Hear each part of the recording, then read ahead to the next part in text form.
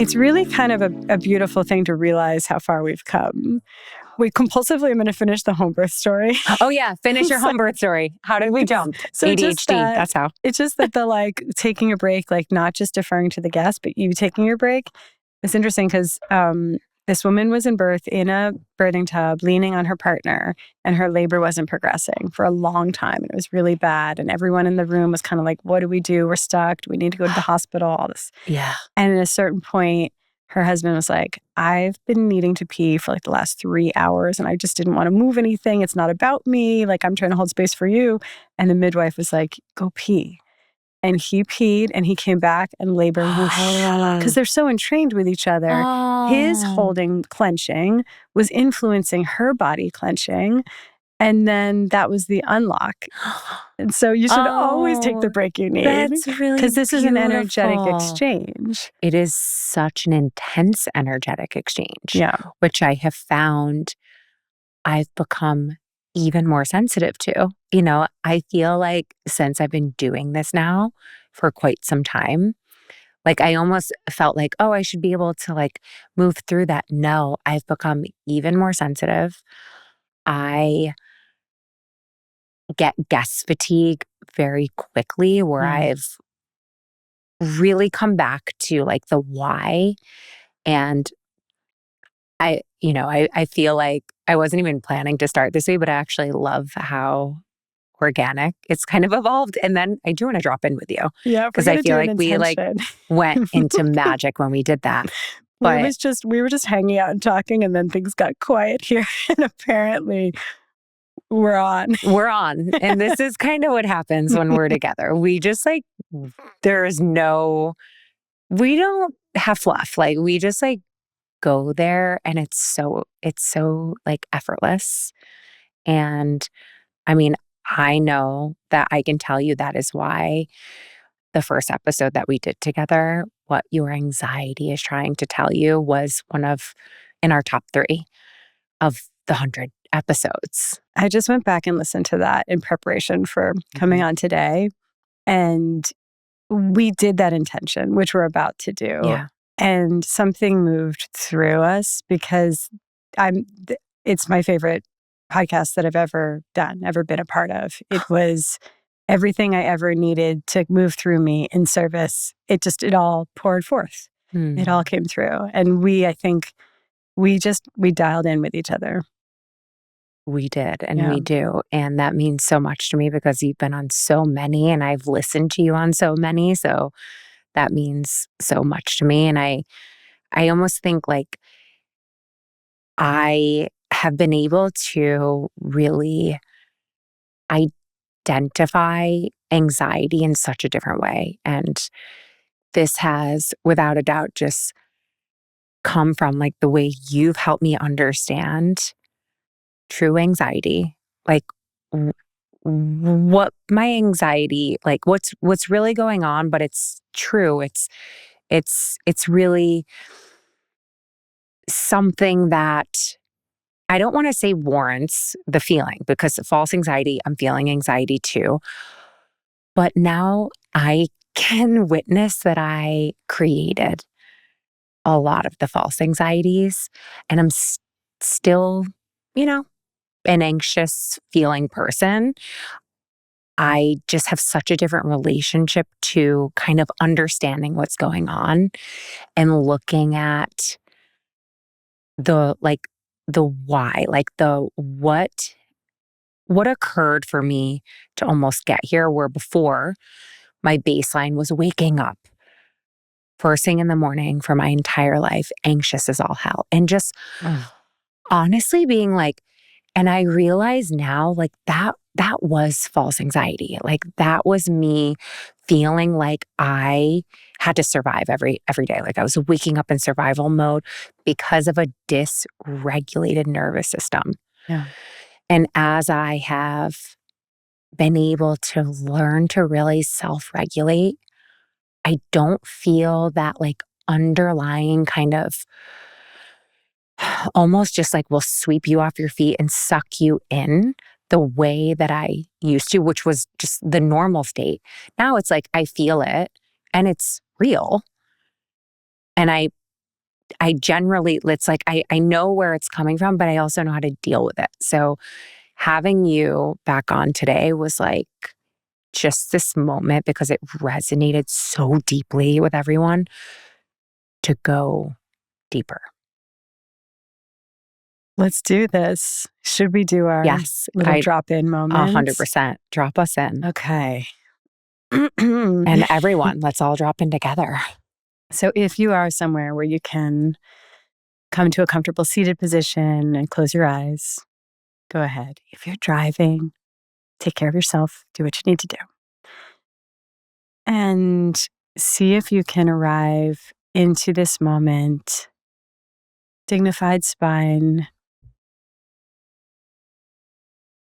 and simply observe what it is to be sitting here brimming with life right now. And bring an attitude of loving awareness to this.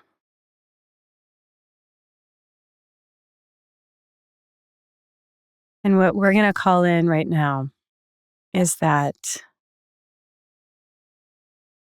source, spirit, guides, ancestors can move through us, that we can be a channel for what needs to come through, and that we can be of service for everyone's highest and greatest. And for everyone listening, to have an open awareness,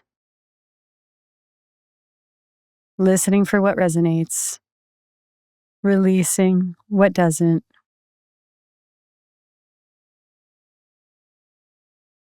and meeting yourself with compassion, with patience, and with grace. And so it is. Let's allow our eyes to open. It's amazing what happens when you just stop for a minute.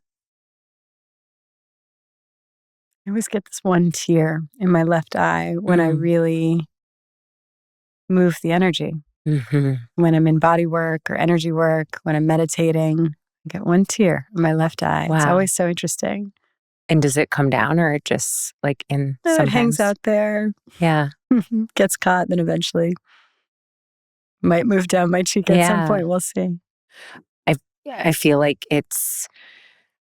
you move so much when you can sit and be. Intention, I'm starting to appreciate, is so, like I'm in this writing process right now. And sometimes I just get right into it. Sometimes I just start working and I'm at my laptop and I'm chomping away on the keyboard, and hours will go by and I'll realize I did not set any intention. And I'll come to and realize that. And then I'll light a candle, do a little ritual, set an intention. And it's night or day what comes through me at that point. Mm-hmm. I don't know why this is, but there's something about, on a neurologic level, framing that, defining the container that this is to be of service. And maybe it's truly on a spiritual level that we're calling something forth. I like to think so. I do too. But it makes a big difference. I honestly, like, speaking on the podcast or before I teach or really walk out into the world, I like to just like call in, like get grounded, tune into myself, tune into this energy source, divine. I used to feel very disconnected when people would talk in this way, but I have felt the power and the support more than ever before. I mean, I really started sharing more solos on spirituality, and I used to be really afraid to do it because I felt like people are going to be like, what the hell is she talking about? And now I just am living it and breathing it, to know it to be the most supportive thing that I have in my life. and the thing that I lean on the most. And I'm not shy about it anymore. So like tuning in here, tuning in to the, like in the bathroom or like whatever it is. And just knowing that it's not always about me having all the answers. And I think that's why like having a podcast and that I've been almost been feeling this different level of pressure where I had to be like, why are you feeling that way? Why is your anxiety upticking when you have podcasts scheduled? Who is it the most, where is the uptick depending on like what guests you have? It's not there when it's a solo. So I've had to really like look at that. And I think that is where like identifying the reality of it and like developing a relationship to it where I'm like, I'm not afraid of my anxiety anymore. I actually think it's one of my superpowers. And the more that I've been able to really strengthen this relationship to it and like understanding it, getting curious with it, it's like I feel the most level that I've felt while still feeling underlying anxiety. There are a lot of threads here that I want to pull, and two that I want to start with. One is, what do you think that is when your anxiety upticks when you have a guest coming onto a podcast? And the other is, you had mentioned a moment ago, like this false anxiety that you were bringing on for yourself or something to that effect. And I want us to go into that. And I also just want to acknowledge that feeling of like, not being shy anymore about bringing spirituality into the conversation. And I carry shame about it. I am still shy about it. But this book that I'm writing right now, it's called Season of the Witch. It's about this. And so I'll have to come out of the closet, at least like once the book is out and there's no turning back. But it is so interesting, that cultural baggage that I have from growing up in the New York area in the 80s and 90s. And it wasn't cool to have a belief in something that wasn't looked at as intelligent. And so I understood the assignment. I was like, got it. Okay, I'll be rational. I'll be objective and skeptical. I will worship at the altar of science. And I really performed that for decades. And it served me well. It got me admission into the boys' clubs and med school. And I was able to come across with a certain amount of credibility. But it was such a disavowal of what's actually true for me. And even I didn't know that for a long time. It was a series of events that made me realize there's actually this other part of me, and it's been suppressed. I've felt ashamed of it and done with that now. And for me, that had a lot to do with navigating grief, because grief was where I had to make a call. Basically, I had this very lightly held, diluted spirituality that had kind of come out of things like yoga. And so I was like, oh yeah, like a very diluted new age spirituality. But I never had to put my penny down and be like, this is really what I believe, until I lost my mom. And then I was like, what's it going to be? Does she continue to exist in some form? Or is this a purely material universe? And is loss absolute and senseless and random? And is that the end? And I couldn't accept that as the possibility. And so I really ended up choosing at the beginning to say, maybe my mom continues to exist in some form. And then over time, that openness, it became less of a choice and more of a knowing. And those inexplicable moments where I felt her presence, where I got a sign from her, those have now, at this point, now many years since her passing, I've had so many of those. I don't even question it anymore. And I just live with that comfort and knowing an ongoing connection to her. And it's so impactful. It's so meaningful. It took my grief, which is a very painful process, and it actually made it a spiritual initiation. and an opening. And it's shaped everything about my life. And so Mm. that spiritual journey that we're all on, I feel especially motivated to advocate on behalf of women who feel a little shamed out of our belief in anything that could be called woo-woo. Mm-hmm. And we think like, well, my male partner is reading Reddit and watching a TED Talk, and it's all very evidence-based. And here I am watching an astrology account, and it's like, I feel less than. I feel frivolous, unintelligent, Mm-hmm. silly compared to it. And I'm really done with that view. And I have a lot of neuroscience to back up that view because I do get defensive about it. I love that you have the science just to be like, and let me pull the data for those who are questioning I because, brought receipts. but like, thank God, because it's exactly what you said. It's this knowing. And it just brings certainty, right? And like life is so uncertain. We're all walking around with so much uncertainty on every level. But when you can connect to that certainty of that inner knowing, it's just like, I feel fearless. Yeah. I feel like I'm not afraid and I'm leaning into things and I'm honoring myself and who I am as a person instead of performing at the cost of what that role should be. And that's where the uptick in anxiety comes from. When I feel like I have to be moving at the level of, well, I have a podcast and, I should have on no, I actually don't have to do any of it. And I don't want to, quite frankly. And when I honor that, and I stop trying to make things work. I'm so done trying to make things fit or to bend. I'm almost becoming less flexible in meeting the needs to meet the needs to make it. No, it's either the energy is in flow or it's force and I'm out.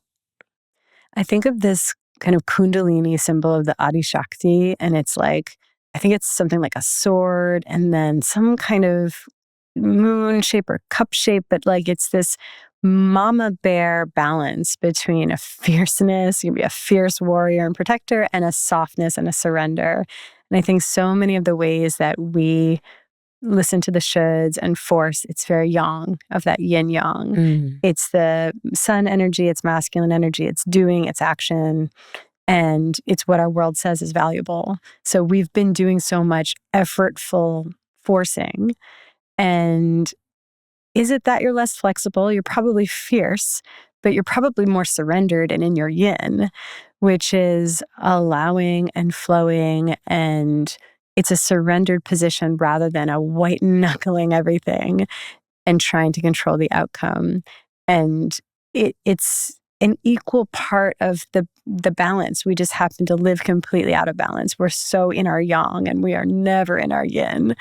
And so maybe it's being less flexible. Maybe it's actually being quite flexible and surrendered into energetically what you need in that moment. Oh, I love the way you just said that. And I spent the past 3 years white knuckling, and it exhausts every element of my being. I have no creative energy to put forward, and I'm such an ideas person. I'm constantly in creative, just thinking and mode and ideas, and it was so flat, and it was trying on the things, and it's just so interesting to be able to observe it and to understand how it got there and how to move away from not allowing that to be the baseline or the norm.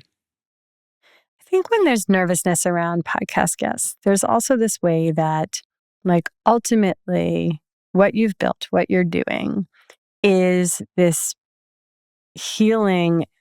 It's an entire enterprise of service, and you have a role. You've been assigned this role, And I think that as we step into that witchiness, our antenna just gets more and more and more open, which is amazing. And we cultivate these gifts. And it's a liability in such a noisy world. And what used to seem invisible to us is now this undeniable energy that we almost can't tolerate sometimes. And so just to recognize when it's like, I don't know why I'm reacting to this. It's kind of like, I think we do know why. I Like do. we're picking up on energy. And yeah, it's not visible, but we have other senses for perceiving. Oh, and you feel it. Like when you become so locked in, I think through practice, through ritual, through our habits, like when you cultivate that inner relationship with self, it becomes so strong. And I feel like I'm really at that fierce place in my life, but I do feel softer. Like I feel like Mm-hmm. my heart is open. I'm less like afraid to let things in. I don't feel afraid to get hurt. Where Mm. repairing a lot of, I think, things that happened Mm. and just feeling wronged by people or Mm. taking directions in business that were force led. And Mm. it's, it's really a feeling that I desire and like hope for everyone to feel. And by the way, it's not like it doesn't mean that I'm not feeling the anxious spirals and the things, but it's being able to like regulate myself to this being more of my neutral state, which when you're used to living in constant fight or flight, it is life changing. You were saying earlier that it's almost like you were bringing this false anxiety onto yourself. I And so, was. can we go into Yes, that? please. And Tell then me about it. can you explain to maybe people who are listening to this for the first time, um, the difference between like Yes. true anxiety and Good false point. anxiety? Well, no, I feel like a lot of people will be like listening to this for the first time. Right. Yeah, Our first episode is not necessarily required reading but we prior to recommend this. it. That was the actionable one where we talked about all the very within reach things that we can do to be less anxious. And today we're going deep, deep, deep. But so, false anxiety, this is the central premise of my first book, The Anatomy of Anxiety, where we have two types of anxiety: false anxiety and true anxiety. False anxiety, it's not that the suffering is any less real. The suffering's immense, Mm-hmm. but it doesn't need to be happening. It's not our essence. It's not our ultimate truth. This is just avoidable anxiety that's caused by our bodies being out of balance. And it's so common. It accounts for, I think, most of the anxiety that we all struggle with. And it doesn't have to be happening. And it has to do with these aspects of modern life that are normalized, are common, but do put us into a stress response. So it's everything from sleep deprivation to a blood sugar crash or being inflamed. Something's off in your gut. You have a micronutrient deficiency. You're running a little underweight. You're having extra cold brew coffee. Alcohol, alcohol, full stop. It makes GABA signaling in the brain much more friable, and it makes us anxious. So there's a whole long list of things that are causing this false anxiety. They don't have to be happening. We would do well to gently move through that list and just assess, where are we out of balance? Where do we suspect that we might have some work to do? And then as we're ready, as we have capacity, we start to adjust those sources of unnecessary suffering. That's our false anxiety. True anxiety, completely different. I usually don't even start with my patients with true anxiety until we've cleaned up some of the false anxiety, because it's hard to discern between the two.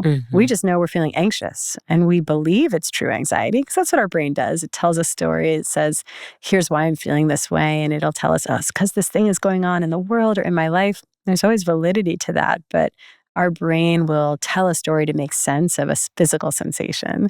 So I like to clear the air and address the false anxiety first. It's the quick wins, it's the low hanging fruit, and it's muddying the waters. And then once you've addressed that, what remains is usually our true anxiety. And that's not something to suppress. It's not something we fix by switching to half calf. It's not something that we should be pathologizing. Our true anxiety, it's not what's wrong with us. It's actually what's right with us when we are able to viscerally connect to what's wrong in the world around us. That can mean our personal lives, our communities, the world at large. But when we have a wide open, intact heart and we're feeling it, we're going to feel what's in the field. We're going to pick up on the suffering in the world. And I think that it's not just to make us suffer, it's that we have some role to alchemize that. We might have a role to mobilize and course correct or bring something into alignment. Only we know for ourselves. But when we're feeling true anxiety, that's a sign that we need to get still. It's be still and know. We need to get still. We need to get quiet and we need to listen and understand what is our body communicating to us. It's usually something that has this quality of, oh yeah, I kind of knew that deep down. I've always known that. I've known that for a while, but I've been rushing around, steamrolling over that knowing, trying to avoid that knowing. And then when we're finally still and open and available, the true anxiety comes in and it's basically offering up. It's saying, do you accept this mission? We think you're in a good position to do something about this state of imbalance in the world. And then you can decide whether or not you accept it. You can say no. You can. Sometimes we do. Right. And you can say yes also. And I think that it does bring our life a lot of meaning when we let our true anxiety fuel purposeful action. Oh, it's so helpful. I think the more that you, when I'm feeling anxious, like identifying and to go back to like where I was realizing I was creating a lot of false anxiety. I think the best analogy for me was understanding like I have always been late. Like Mm-hmm. it's like give or take 10-15 minute window has just always kind of been my norm. And I had this awakening, understanding that my anxiety liked to be late. Like I was creating Mm. the unnecessary anxiety because it's familiar. I used to honestly just feel almost fueled by the feeling, right? Like I was running on that.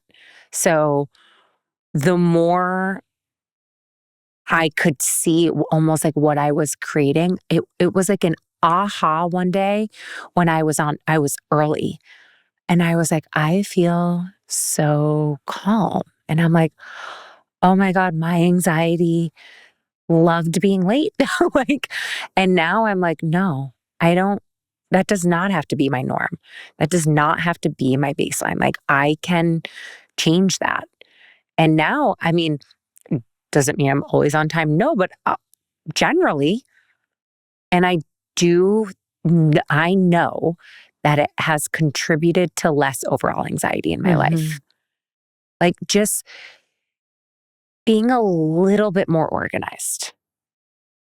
And I don't love to future plan. I don't like to go too much into like planning my week in this, but really just, taking a little bit of time to look at my week. Okay, what do I want to wear for that? Where, I'm so intuitive that everything on the fly for me, I always think is like best because I'm like, but then a lot of it was making me late. Like this outfit and the outfit I wore for a podcast previously, I pulled out the night before. Like little things that I realized that I have like this control over, decreasing that feeling. Like it's very empowering to recognize how much you create in your own life. And even with my inner spiraling thoughts, I I was like getting in the shower one day and I was feeling literally insane with the things going on in my mind. And I just was like, wait a second, it doesn't have to be that storyline. Like, that's what I'm attaching myself to. And sure, there's childhood trauma and there's a lot of dysfunction that lives inside of me. But I'm like, but I can actually change the way that I'm looking at this. And I swear, I bawled.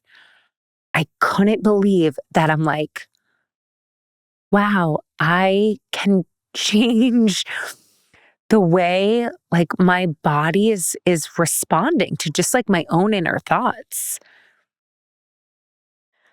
Ugh, I know. it's massive. The stories that we tell ourselves. We are living a life shaped by the stories we tell ourselves. And the stories we tell ourselves are in turn shaped by what did we go through in childhood? What was the scarcity? Yeah. What was the chaos? It's shaped by influences that don't necessarily have our best interests in mind. I write about this in my first book, that in this attention economy, not for some necessarily deep, nefarious reason, but just for this very banal reason that advertisers are trying to make money, our stories are shaped by people preying on our fear response, preying on our insecurities. We are inundated with messaging that is teaching us what story to believe. And I think it's critical. And in this book I'm writing now, there's a whole chapter. I'm debating whether to call it sovereignty or agency, but it's a whole chapter about like, we need to get so clear on this unconscious programming of our stories and how do we choose for ourselves what stories we're telling ourselves. On the last time we spoke, I talked about how I was like, I'm wrestling with this book. I'm struggling with the writing process. I had to end that story. I had Mm, cut it off at the root because it was shaping my experience of writing. And it was just a story. It was some idea I had in my mind that writing has to be hard, that it has to be a struggle. It doesn't. And I think that I thought about this on my way here today.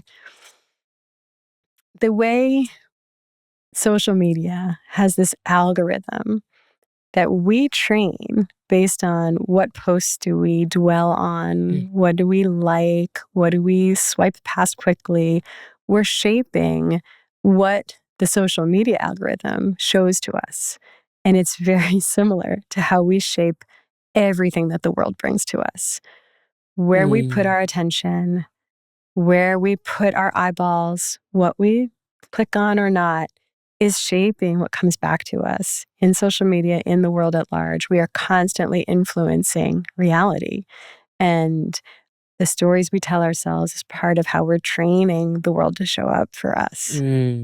wow.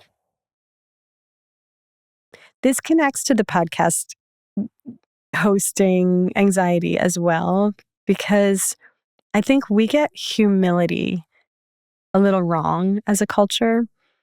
And we're really good at the part of humility that's like self-deprecating and performances of modesty and girl speaking fluent girl, where it's like this old dress, you know. And I think that what we don't get right about humility is that the best thing that we can do in our art and what we create is usually, I think, other forces moving through us. And that's actually this interesting thing where it's a very um we don't feel so down on ourselves, but we right size ourselves to recognize we're the conduits. We are part of something vast and powerful. And so I think that when we set that intention of, I'm here to be of service of everyone's highest and greatest, and it allows forces to move through us, really great things can be birthed through that. Incredible, awe inspiring things. And it's humble all at the same time. But it takes some of that pressure off, because another part that we get wrong about it is feeling like it's all on us. And we think, I have to be my best in this moment. And then that brings up all this scarcity story around, what if I'm not enough? What if I'm not focused enough or smart enough or good enough or educated enough or whatever it is? And then, and it's actually blocking all of that energy from moving through us. So I think that the unlock with that kind of anxiety is always just recognizing all I can do is set that intention to be of service and then make myself as open of a conduit as possible. I already just from the the episode I did before this and this, I feel that energy immensely. And it's because I have shifted into that state of show me, guide me, use me. And I think for anyone who, maybe is connecting to spirituality for the first time or is open or isn't at all, I think that that's such a beautiful just entryway of giving over, because I know that whenever I'm in a place of oh, I'm speaking on stage, or oh, I'm presenting, or it does bring back all of that, just the weight of growing up and never feeling smart in school, or feeling am I going to have the right question? Am I going to understand what my guest is saying? There's been times where I've had certain guests on and I'm I didn't understand what they were saying. And I felt so, it was I felt dumb just being can you take that back? And what the hell does that word mean? Where now I feel I'm just not afraid to do that. But all of that stuff that was coming up is because I was putting that performance pressure on myself. And I'm just I don't want to, any energy that brings that out of me, I just know that it's me trying to force something that's probably not in the flow of me wanting to do it. I'm trying to think of a way to say this. It's not awkward and cringy, but it's just as I've gotten older and more confident in what I do know or what I have to offer, I'm so much more comfortable admitting when I don't understand something and saying, what? and I think that most of the time it's kind of actually, it's not me, it's you. If we're not following, you could probably understand that more, or you could explain that more clearly. Because it's usually not that, you're missing some rung of education to be able to follow what someone's saying. It's usually that someone is usually hiding their own incomprehension behind talking around a concept without just speaking it and stating it clearly. I wish I could say who it was, but I'm not going to go there. Say it again. Well, no, I'm just it's interesting because sometimes it happens to be, I think, people who are seen as and so idolized in this space. And I'm just to me, it represents a lot of ego when it gets to that point where you're kind of what? And it's what's happening. And, which leads me to continuing to listening to my gut and be guided towards what's right here. Right here, in these moments when I feel what I feel with you, that's how I want to live my life. I don't want to live my life according to the things that are buzzing around and that, you know what I mean? The hot, I don't want to do that. I want to think out loud about the ego for a second. So this is a half-baked thought. But I've been thinking a lot about the hemispheres of the brain, like you do, the right and the left hemisphere of the brain. All day. And the left hemisphere, it has this quality of being logical and analytical. It has the command of language. People think of it as a little more the math and maybe the masculine. That's a triggering concept. Plenty of really good neuroscientists are it's not like that. It's not that simple. The right hemisphere is a little bit more, it speaks in metaphor and imagery, not with language. It has a bit of more of a holistic understanding. It sees the forest for the trees. And I do think in terms of the left being a little more masculine, the right being more feminine. Any good neuroscientist would just shut me right down on that. But that's how I think about it. And I think of the left as yang and the right as yin. And maybe I just need oversimplified schematics, but that's how I think about it. And I think about how the right hemisphere is sort of more dialed into the truth of our existence, to the truth of the universe. Like, what is this really? Are we just little pieces of some vast consciousness? Are we pieces of God and source? Is that what we return to after it all? And in a way, whatever this life Earth experience is, this simulation, I don't know. I wonder sometimes. In this, we need certain, it's actually, I think, limitations that allow us to have the earthly experience. So the truth is love. The truth is right hemisphere.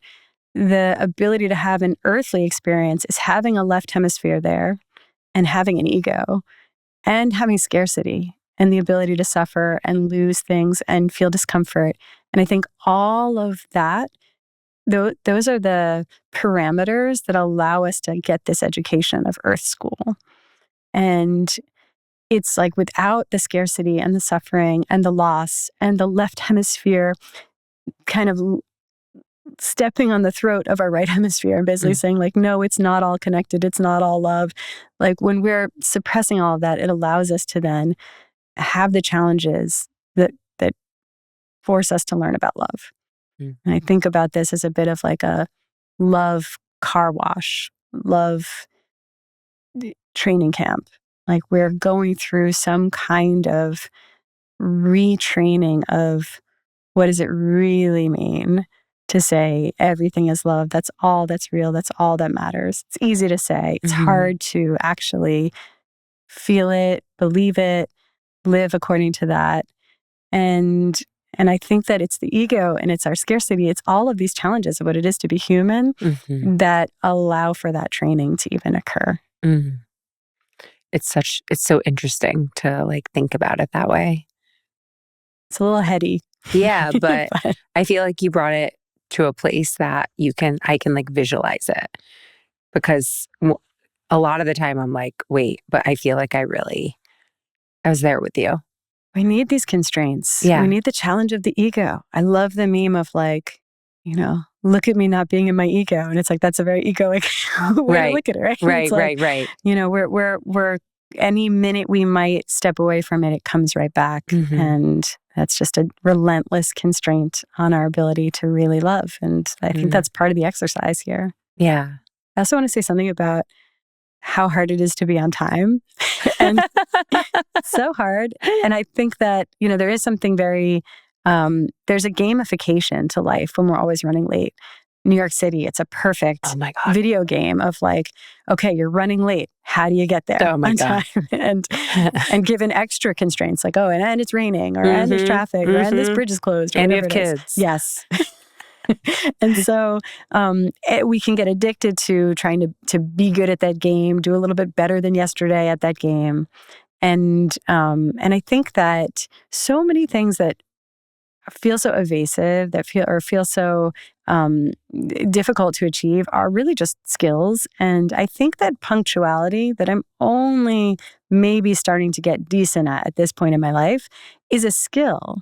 And people that are chronically late, like we are time optimists, and we're like, okay, I need this much time to finish what I'm doing, this much time to get ready, and it'll take me this much time to get there. None of that's true. None of it is accurate. But what's also true is that people that are chronically on time, they actually budget to be there way early because things go wrong. And then they'll end up getting there either way early or a little bit less early or a little bit less early or on time. And they've like built in the buffer for that. And so it's a complete reframe of, I don't just have to build like 5 more minutes in. I actually have to plan to be there 15 minutes early. And only then does it work out. But that nervous system difference of, I'm walking someplace and I know that pretty much no matter what happens, even if something goes wrong here, I will get there on time, is so soothing to our poor, depleted, frazzled nervous systems. And it's a real gift of self-care to give ourselves that freedom of not being rushed. It's so true. And I feel like I'm strengthening and developing that skill to realize that I need way more time than I ever think I need. And interesting segue because I really want to talk about anxiety in children, Yeah. in adolescence, and even in your partner, like in your relationship.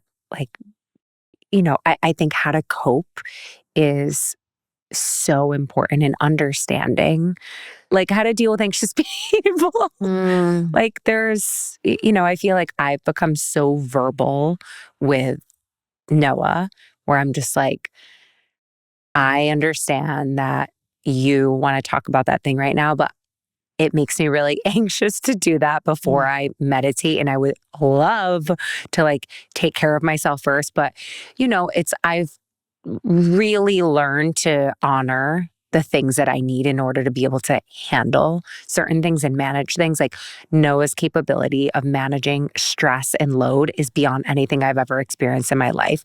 Mine is very different. Like my container is much smaller. So I know that I have to do the things to get my nervous system to a place, honestly, even to answer a question sometimes, which I know feels like a lot and it's intense, but I'm a highly sensitive person. And I think the world is filled with a lot of HSPs. Like we're really highly sensitive humans. And I don't know exactly where was it on one of these like Anxious Nation or a documentary that I saw. And it was that one thing that makes children have the most anxiety is constantly telling them to hurry. Yeah. And when I heard that, I was like, oh my God, Yeah. I'm guilty of that. Like, it's like, you think about the morning and trying to get your kids out. And like try to get out of bed and like, you only have 5 minutes. And I realize that I'm like, I was and can be, and I'm really trying to reframe the language in my house, especially in the morning. But like when you stop and think about that, I'm like, that's preventable. Yeah. Yeah. This one's so big. And kids both make it harder to not be always rushing and late and make it so much more critical because we want to give them their best shot at not running at high anxiety in this life. And sometimes when we are rushed, I sometimes try to shield my daughter from that vibe a little bit. And like we'll be walking to school and I'm aware that we're running late. I'm aware that that's not ideal for all these reasons.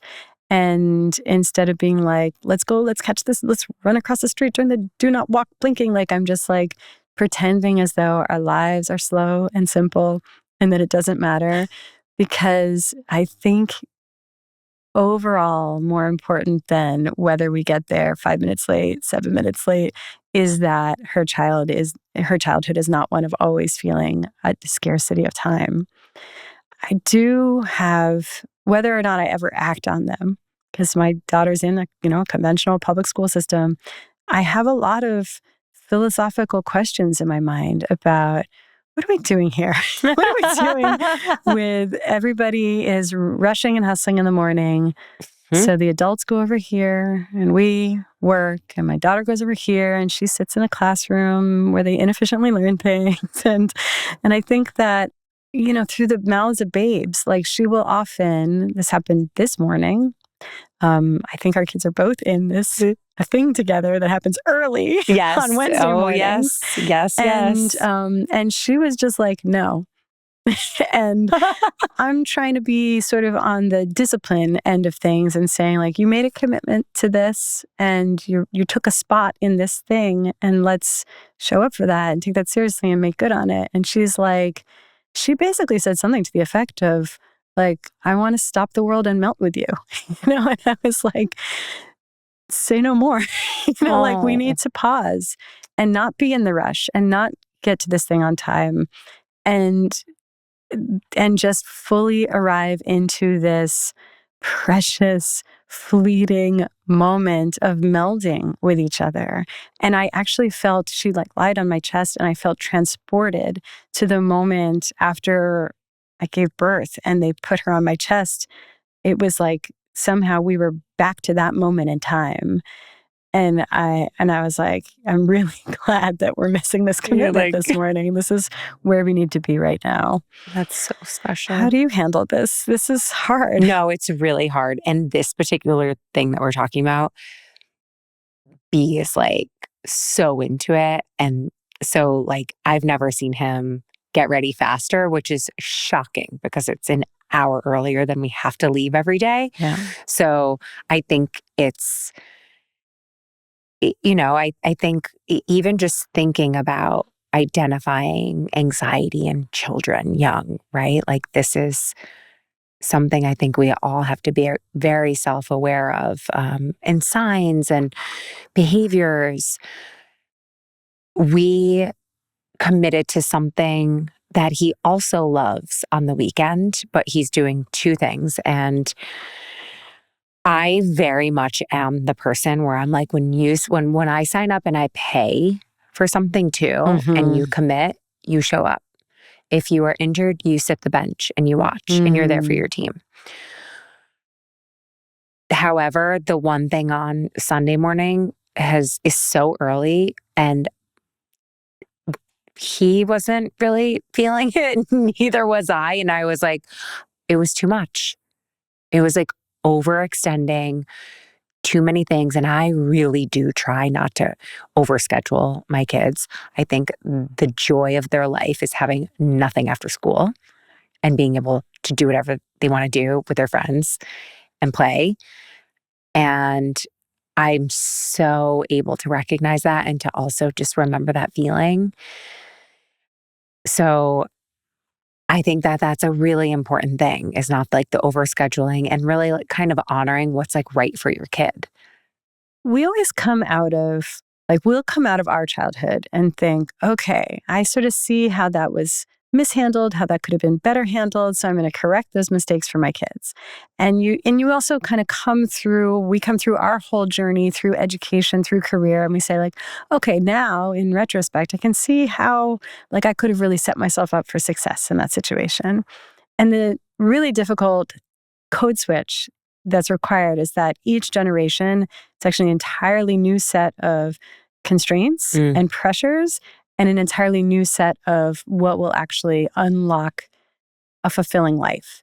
And I think that we came out of a phase where it's like, oh, it turns out if we had, focused on extracurriculars and started playing this sport younger, we'd be better at it and that would help us and get a scholarship, whatever it is. And I think that that's not the set of pressures on this generation of children. I think that you actually want to somehow avoid mental health issues.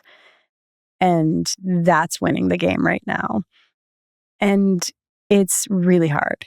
And part of that is true anxiety. This is a world where our children are so tapped into the field, and the field is so very funky, and they're correctly perceiving that, picking up on it, feeling it. Not here to pathologize that or change it if we could. But then all of that false anxiety and false depression, we have some role in that. And rather than saying, let's put you on this path to excellence where you're learning this language and you're doing this sport and every minute of the day is scheduled, which might have been an okay formula in our childhood, maybe. But these days, it's a recipe for disaster. And I think what we really need to do is give them slow mornings, give them spaciousness, give them time when they have to be bored and they have to come up with some solution to that.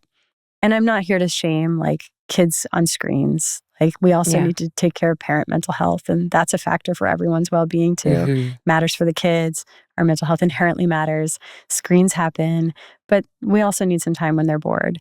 And I think that what I'm really looking at with my daughter is like, I'm not trying to put her on what I think Brene Brown called the road to nowhere. And I thought about the road to nowhere when I was in a car with a friend of mine. He was miserable, very successful, very miserable. And he was talking about how to set his son up for that same path of success that he had. And I remember thinking, like, you're not happy. Do you want that for your son? Like, is this what we want to set him up for? Or do we want to think completely back to the drawing board about what makes a good life? What makes a fulfilling life? And I'm not going to pretend that certain amount of like financial abundance, like career flexibility, all of this matters for our well-being, no question. Mm-hmm. But there is a baseline above which there's diminishing returns as we get more and more, but there can be a lot more stress. And so I think that if we can step off that road to nowhere and let our kids have their slow mornings, miss their commitments on Wednesday mornings, 7:30 in the morning, It's so early. then that can sometimes, I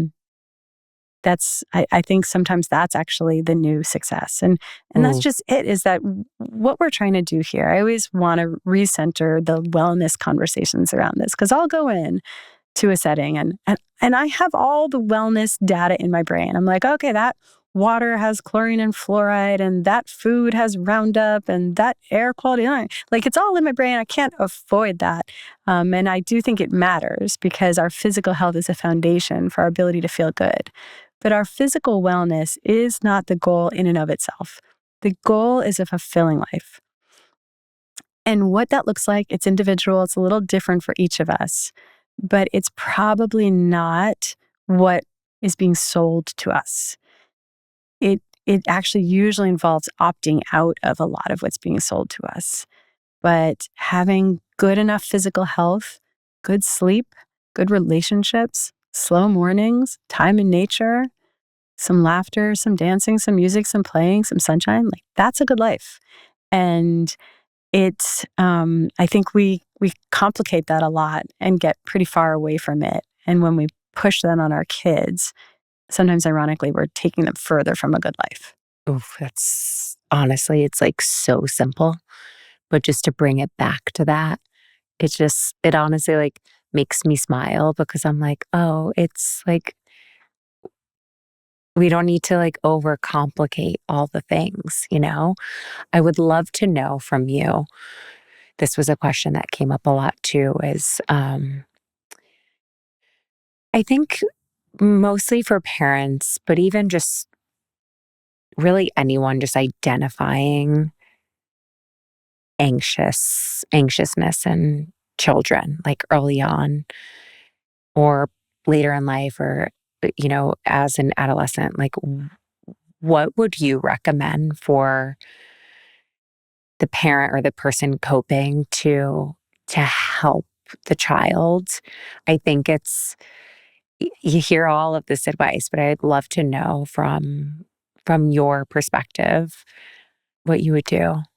It's tough out there. And I'm an adult psychiatrist, so anything that sort Yeah. of has to do with kids is me kind of translating understanding I have from Mhm. adults into kids. That's not always accurate. But I think that one thing is for younger kids, when we still have some semblance of a platform where we can influence them, where we can shape their behaviors, um, I'm very focused on false anxiety. I still think that most anxiety that I see in kids it's still predominantly false anxiety. Because even when those kids are picking up on the field and experiencing a lot of true anxiety, that doesn't have to mean that they're suffering. They could be sensing that. And then a parent can help hold that for them and can help give them language for working with that. Mhm. Like when the LA fires are going on, it's Yeah. an ongoing issue. My daughter was sensing that. She was feeling that. We all were feeling that. Mhm. But we had a lot of language for, yeah, we're feeling that. That's a strong feeling. There's pain that we're picking up on. And just giving her words for that, but also um, modeling that we can handle these big emotions. We can have a big emotional release around it. We can cry. Mhm. We can express this and find our center again. But the false anxiety, I think, is rampant in kids. And it's everything from, and I'm not at all blaming individuals. I'm not really blaming parents. We are fighting against a tidal wave of normalized common habits and foods and stimuli that I feel like it requires a PhD to avoid it. Oh my God. But we're up against that. So there's no blame here. But I think we deserve informed consent with all of these different forces in our lives. When kids are seeing artificial light after sunset, if they're seeing screens, if we just have the LED lights on full blast in our homes after sunset, that's probably disrupting their sleep, or at least making them fall asleep a little later than they otherwise would. And it's probably disrupting their hormones. And because that blue light after sunset suppresses melatonin, melatonin modulates sex hormones. So when we talk about all of this early puberty happening in girls, it's things like this. It's blue light after sunset. It's all of the endocrine disruptors. And so not to drive ourselves crazy, our anxiety levels matter to our kids' anxiety levels. So not to drive ourselves crazy, but just to be aware and to make whatever changes feel accessible. It could be that we wear blue blocking glasses in the evening, or maybe it's just you do that screen time on weekends, you do it earlier in the day, not closer to bedtime. And I think that all the processed foods, it's very hard to avoid it. It's very hard to avoid it. Yeah. And I don't mind being the bad guy about this stuff. Like, I'm happy to have the reputation of being and controlling and annoying Same. about food.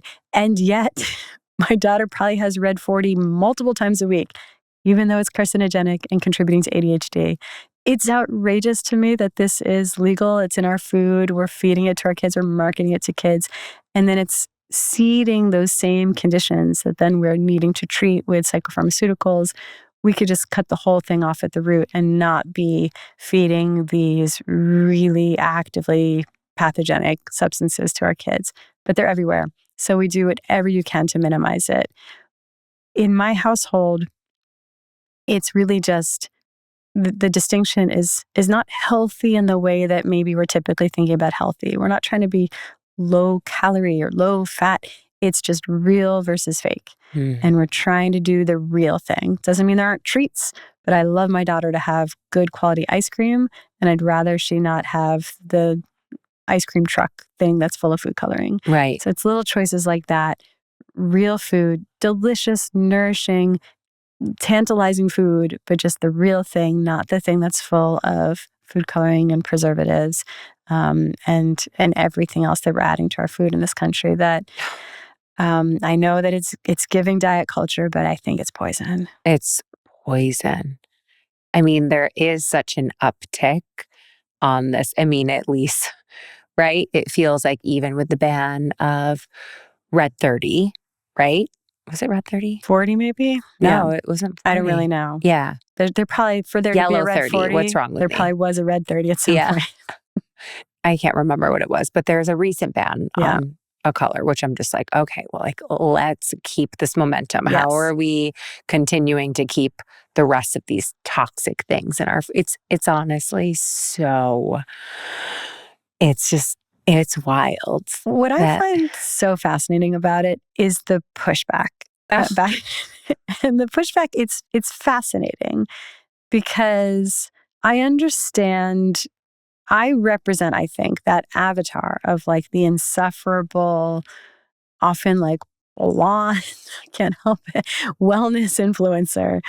And it's like, I understand what's so irritating about it, but we need to not focus on what bothers us with our internalized misogyny about the messenger, and we need to get down to the message underneath. Because I think actually shooting the messenger is a way for us to avoid the inconvenient truth that this is a hard change to make. We want to avoid the inconvenient truth about the fact that we are feeding harmful substances to our kids. I always think about this one patient of mine. I'm going to anonymize this very thoroughly, but I think about choose your hard. Because I had a patient, she was like, I am in survival mode. Her kids were getting ear infections, they had eczema. Her husband was up all night. He was not thriving in his career with his mental health. She was really struggling, physical health, mental health, everything was a mess in the household. And the minute I opened my mouth to start saying, like, you could try like less processed foods, she was basically like, no, like, you could tell she had so much preconceived notion of how awful it was to make dietary suggestions.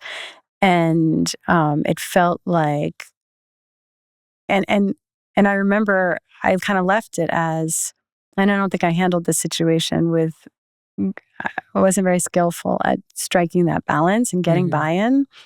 But it comes down to choose your hard, because she was saying it's too hard to make those choices, to make those changes. And I wanted to say, it's also hard to be depressed, to be anxious, to have endometriosis and psoriasis. It's hard to have your kids get ear tubes. It's hard for them to always be uncomfortable with eczema. It's hard for your husband to not sleep. These things are hard. It's all hard. One hard means you've just handed your money and your health over to these really large companies that are making an awful lot of money from addicting us to poison. And one of these hards unlocks your agency, sovereignty, mental well-being, and freedom.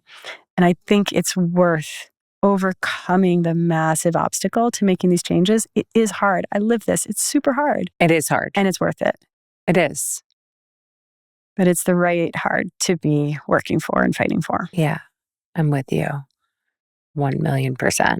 It's a constant. I feel like all my kids want to eat our snacks. I'm like, they're in that snack mode right now where I'm just like, well, of course you're not hungry because you're having all of these snacks. So it's possible. I think when you really just strip back the layers, like you said, with identifying just like the false anxiety and really understanding like the things that you can that are actually preventable with taking some action towards, I think, just like diminishing these things that contribute.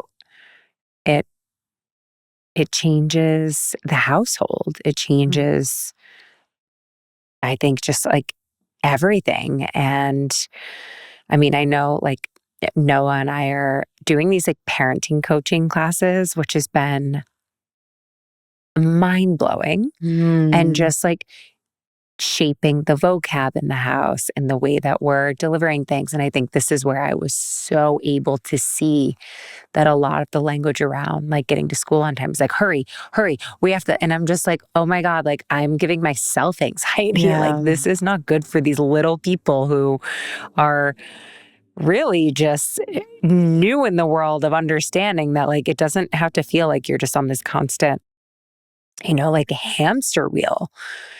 So it's been really helpful to like take a look at all of those factors, sleep being the main thing, and turning screens off in a window where like I turn my phone off. I really do try like a good 45 minutes before bed, and I sleep so much better. It's doing the same thing for them, because we do use the screen as like a little bit of a reward system. When things get done and they have time, you can have the thing, but it has to be up until this time. And it's really made a big difference in our house. I heard about it described as, so there's two things here. One is also doing darkness in the evening. Like we actually don't really have lights on full blast in the evening, because I know I'm sensitive to it. The most. I could stay up all night if the lights are on full blast. And I think my daughter is as well. So it gets real mellow. There's a candle lit. Like we're trying to Little House on the Prairie ourselves into getting sleepy at night. But I heard it once described as our kids are on our Wi-Fi network. And it's basically like however we're vibrating, they're picking up on that. They're completely entrained with us. And so when we're saying hurry, hurry, and we're giving ourselves anxiety and we're rushed and we're feeling anxious, they're going to be right there with us. I think that as they get older, we lose our platform. And that's where, if we can set ourselves up where at least there are some other influences in their lives that can be positive. And we talked about this last time, this kind of commune, that structure of our life. It's amazing. But I think that that's going to be critical, is other trusted adults who our kids can go to once it becomes that the last thing that they ever would want to do is come to their mom or dad with a sensitive question. So you almost need that go-to person for them to be someone you're philosophically aligned with, that they're going to hold that conversation with integrity and with good values. And so I think if we can surround our kids with that family or chosen family, they have trusted adults that they can go to as they get older. That's beautiful. One other thing in Yeah. terms of how do we keep our own Wi-Fi network less anxious? That was exactly where I wanted to go. Self-regulating, right? I think a really big one right now, because the world is weird. It's not getting any less weird anytime soon. This is the lifetime we have contracted in for. This is what we signed up for. We're capable. We chose this. Some of us reluctantly, maybe. I don't know. And I think that we are, of course, culturally in such a habit of fighting, like social media comment sections. Things are contentious. These topics are fraught. We're tribal. And we're learning that we don't get anywhere with that. It just adds negativity. It adds distress. It adds more separation rather than more connection, more distrust and loathing rather than compassion and understanding. But I don't think, there's all these different techniques about like, well, how do you influence somebody? You ask them questions, you try to understand their perspective, and then you swoop in and influence them. And it's like, it's just a sneakier, more tactical way of still saying, I'm right and I want to get my way here. And I think that what we actually want to do is take the whole thing offline, out of the comment section. And it's an internal process. This is an inside job where we want to be still and resolve our own inner conflicts. And if we're out there like keyboard warrioring, it's usually a decent indication that we have a lot of unresolved inner conflicts. And we almost think unconsciously, if I can only yell at this person and show them that they're wrong and bad, or if I can only convince this person of my viewpoint, it's almost as though we will help resolve our own internal conflict. But it doesn't work that way. So what we really need to do is be still, create space for the full reality of who we are, good, bad, ugly, shadow, all of it. Integrate it, hold it all with compassion, with love, without shame, but without hiding from it either. And when we allow ourselves to be our full complex selves, there's something so softening about that. And we're no longer strong arming aspects of ourselves. We are like allowing and surrendering, and we become pliable and flexible. And suddenly, in very material ways, we are less jumping into the pylon on the internet, but in ways that are subtler and more energetic. I believe that when we resolve that conflict within ourselves, it has this ripple effect where we're influencing the field and we actually create more peace. So when we are doom scrolling and when we are troubled by this situation over here that feels so intolerable and so unacceptable, and I'm not going to deny there are things going on that are, but I don't think we really solve it with all of the yelling. I think that we actually start in meditation with ourselves, making peace with all the parts of ourselves that are hard to accept. And then that energetically influences how we're all shaping this collective reality. It's the thing that I know changes everything. It's, I wanted to ask you because this was probably the number one question that people wrote in. And it was, when you're feeling anxious, like, what do you recommend to help self-regulate in that moment? Yeah. And I know, much like myself, you have such a foundational practice in meditation and being with your breath and being still, which, I know, and in turn, just, I think, self-regulates you in a way that makes life different, right? But I think for some people, the connection to like a meditation practice just feels so out of Yeah. reach. It just feels like, oh, I only meditate, once a week or once in a while. But then when you're in it and like you don't know even what to do, right? And you're just in that spiral. Yeah. Like, what do you recommend for people? I mean, first of all, have a snack. And so often Interesting. we are just so hungry in that moment. We're hangry, we're anxious, and then like a little bit Anxious. of water, maybe with a little salt and Mm, lemon and honey in it, and then a snack goes a long way. But I think that we can list the things I recommend that my patients do, like change the set and setting. So, like, if you're indoors, go outside. If you're listening to the music that agitates you, listen to the music that calms you. Like, there are little things like this that we can yeah, do, but I'm so much more interested in the prevention than the reaction. same. There are things we can do. It's going to work some of the time, but I make no claims that it's like if you just go outside, you'll not be anxious anymore. It doesn't work. Right. But I can make a really convicted argument that if you take steps to keep your physiology balanced, you won't get to that point of the point of no return. You're already anxious. You won't get there in the first place. But it starts a couple steps prior. And it's Yes. you crawl into bed early enough that you've set yourself up to get enough sleep and you've set yourself up to not be overtired. We talked about this last time. It's a big one. We get overtired. Yeah. Because modern life is shifted later than what is a natural bedtime for human beings.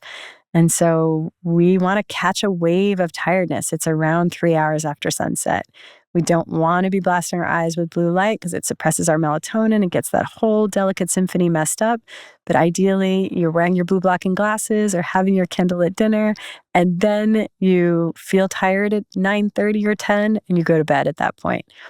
And then morning sunlight, we need to actually get some sunshine into our actual eyeballs first thing in the morning. Doesn't have to be like Andrew Huberman's 25-minute walk along the coastline. Like, that's not realistic. No, I drop my daughter at no school. one's doing that. I walk back. I find whatever patch of cement in New York City has managed to get some Same. sunshine poking through. Like, I take off my glasses because they have the blue blocking filter on them, and I just stand there dumbly for a minute or two, and that's enough. We just need it. It can't be through sunglasses. It can't be through a car windshield. It can't be through a window. It has to be the real thing, but it doesn't have to be grand or unrealistic. yeah. Some morning sun. And then some movement. I hear there are really good apps for that these days, but some movement. And again, like if you're a parent, it can't be some lofty ideal. It needs to be something realistic that you enjoy, that you can squeeze into the day. And then we need to feel that we are being of service. And that's also not something we can do in the moment when we're feeling anxious. Like, I Yeah. mean, if you can, that's great. It's a beautiful way to pull us out of depression, any kind of really low vitality state. To be of service to help someone else pulls us out. Instantly. But I think of all these things as more preventative, like build this in as a daily multivitamin. We do want to know how to breathe properly. It's hard to. We want to be breathing through our nose. I know most people breathe into their chest. It's shallow, it's rapid. We want to get the diaphragm involved. We want to get the full lungs involved. And we want to be breathing through our nose, especially while we sleep. So mouth taping is really significantly beneficial. And then I think that we're micronutrient deficient in the West. Like, we're overfed, but we're undernourished. And so we need to get back to the way our great, great, great, great grandmother wishes she could feed us. It's not what we think of. It's not what we're taught is healthy. It's not the chia seed pudding and the arugula. It's not that. It's more like the bone marrow and the chicken liver pate and the egg yolks and these really nutrient dense foods, the foods that traditional societies were like, we feed these to the pregnant women in the tribe because their nutrition matters most. It's the foods that are the sort of that part of the animal that has the most punch, because we're playing the nutritional scavenger hunt, and it's hard to do that.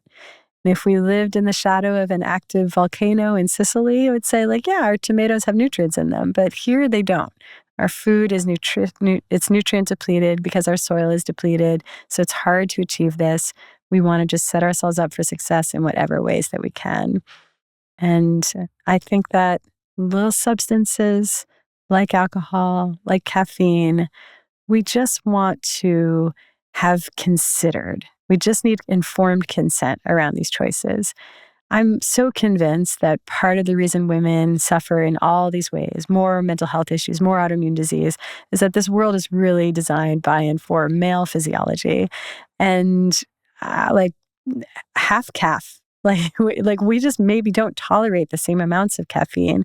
Why is one coffee like what we should both be consuming? This shouldn't be the same dose necessarily. So making sure we're really proactively thinking about what's the right amount of caffeine, at what time, and when do we cut that off in the day so that we can still sleep at night. Alcohol, I'm less inclined to say find the right balance. I'm more inclined to say we just deserve to know that the healthiest amount of alcohol to consume is 0.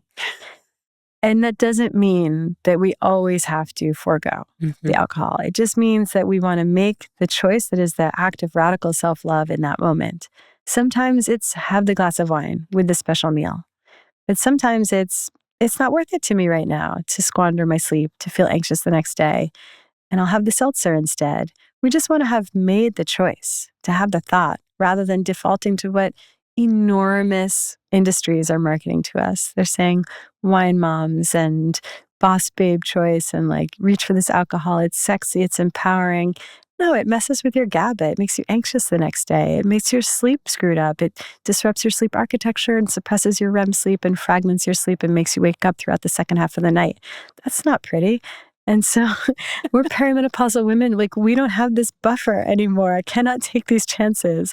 So it better be really worthwhile for me to have that glass of wine. And I just want to be making that choice proactively rather than defaulting into what's common and normal or pushed upon me. Amen. I was going to say mic drop, and then that drop. That's really funny. And I said amen. Powerful witch. I mean, seriously, that is also like when I look at, being in this place where I'm like, oh, wow, like, sure, I still have anxiety, but I just feel different. And it is that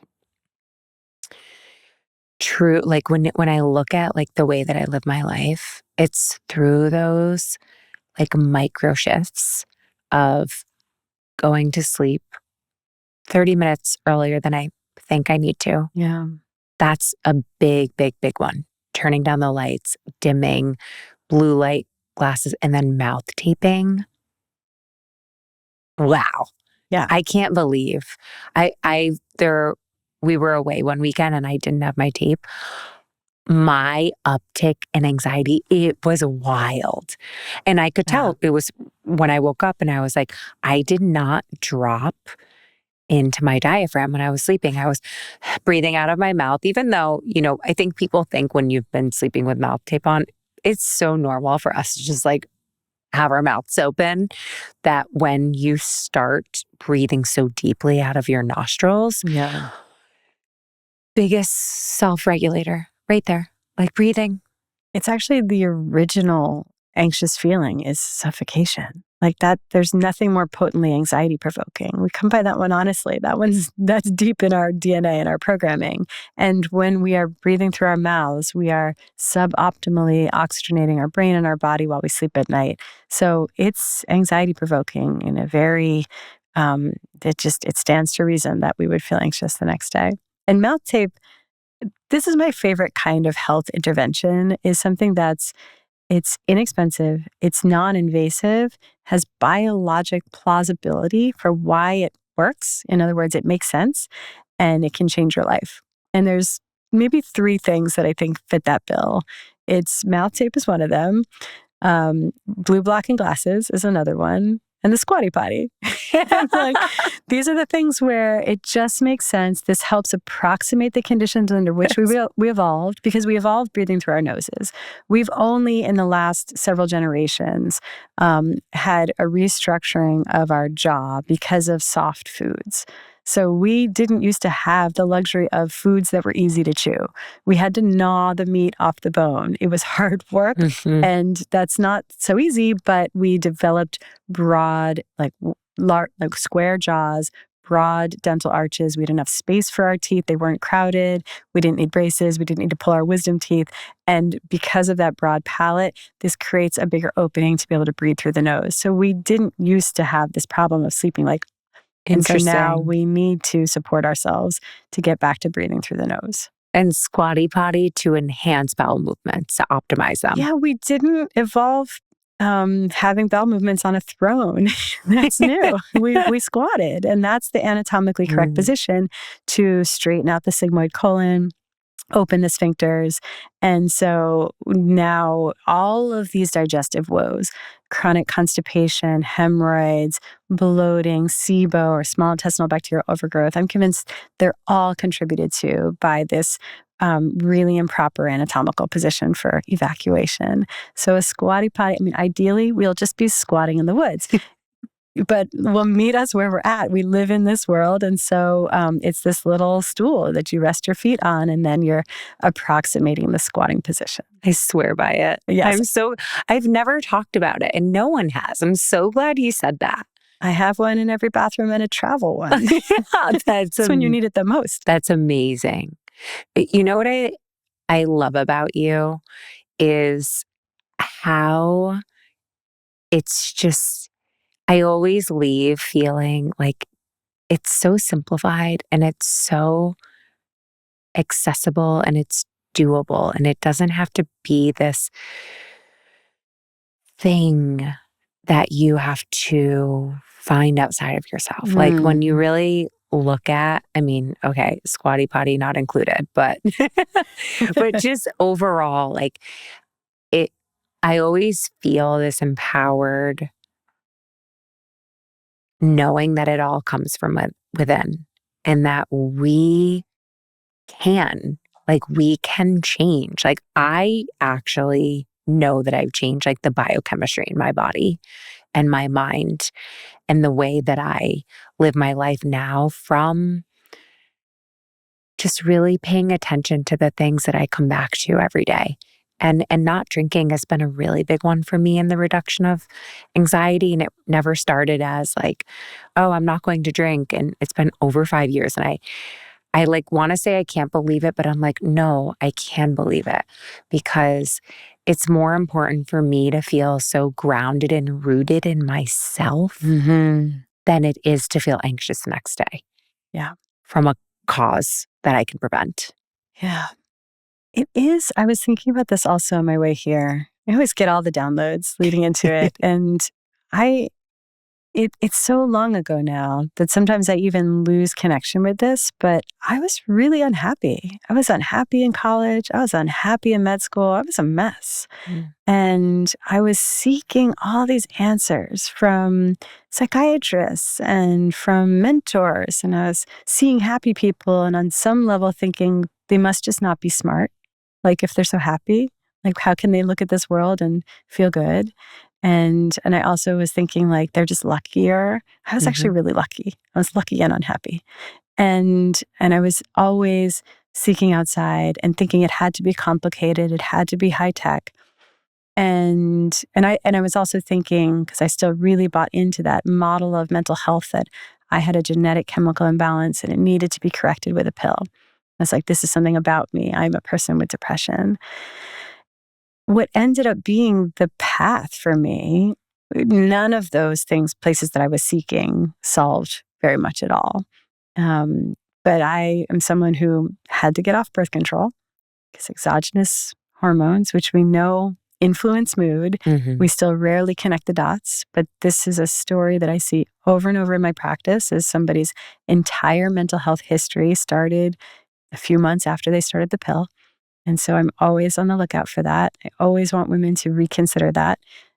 Even just recently, I had a patient who was like, she started the pill in the fall of her sophomore year of college and then became depressed by the winter of her sophomore year of college. And then, I see her when she was in her late 20s.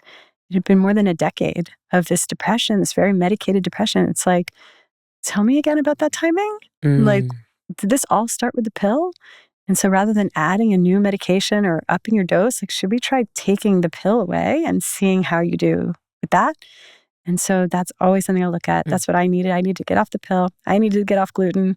I needed a squatty potty and I needed community, some movement and some slight reframing around the stories that I tell myself.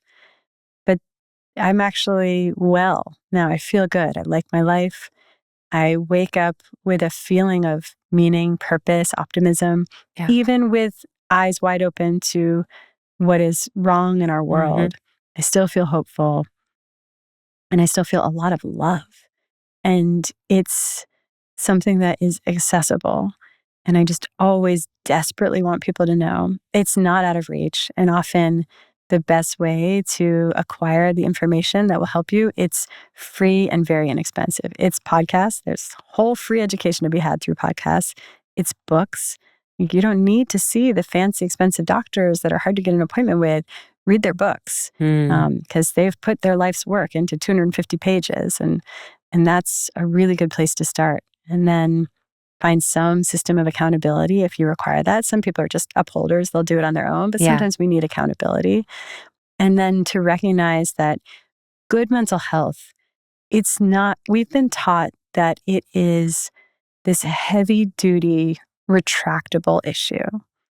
And that partly has to do with the fact that our treatments are barking up the wrong tree. And so no wonder everyone feels that this is so refractory to treatment. If you have a treatment based on an incorrect theory, you're going to have pretty unsatisfactory results. And mental health is not some genetic chemical destiny that can only be fixed with a pill. Sometimes that's the path. Mm. No shame around that path. Right. If that's the path for somebody, that's a victory. I'm not dogmatic about this. I'm in the business of reducing human suffering. And if that works for someone, this is great. But I know that there are millions of people for whom that doesn't get them all the way there. And it's for those folks that I think our mental health system has failed them because we've said the menu is just meds and therapy. And if that's not the right treatment for getting you relief, then you start to despair.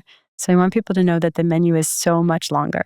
There Mm. are all these different paths to getting better. And it might have to do with you need a squatty potty. You might have to get off birth control pill. You might need morning sunshine. You might need to get into bed 30 minutes earlier. You might need to stop drinking. It's a little different for all of us. Doesn't necessarily mean you have to do all these things. Kind of have to listen for what sounds resonant. As you hear all these different things, it's not like, oh God, now I have to do all these things. That would Mhm. give you anxiety. Yeah. It's more like, all right, she's mentioning a lot of different things. But if I'm really still and really honest with myself, maybe it's alcohol. Yeah. Maybe it's morning sunshine. It'll be a little different for each of us. A little bit of an earlier bedtime. These are pretty impactful. And if we do nothing else, it's to make sure that we're focused on our relationships. Because that's the single most important thing for human happiness and well-being. It's just the quality of our relationships. Mm. And that world that we talked about earlier, that road to nowhere, where we're running around and we're stressed and we're late and we're packing the schedule with optimizing someone's resume. I think that that's usually at the cost of our ability to really just drop in and enjoy this one precious life with the people that we love.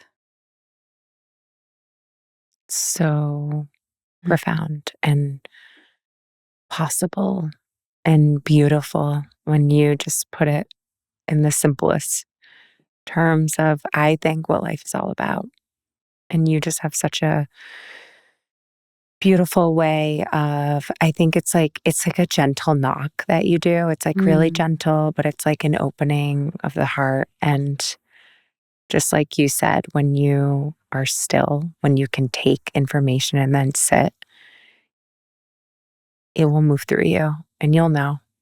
You'll know where to start and just keep listening and keep coming back because I know that's where it just continues to strengthen. And I just thank you so much for being here, sharing your light, your wisdom, your knowledge, your way, your mind, your perspective, your teachings, because I love your voice. I love how you just share things in a way that feels, it makes me feel hopeful, and it makes me feel hopeful for people listening. So thank you. My friend, thank you. Thanks for always creating this container where the antenna is wide, wide open and we're able to offer this message. I hope that it lands and meets exactly who needs this message right now. But grateful to be in a coven with you. Ah, I could literally sit. We've been in here for an hour and a half, and I could I'm like, so there's another layer, but more to come when your book is released. Thank you.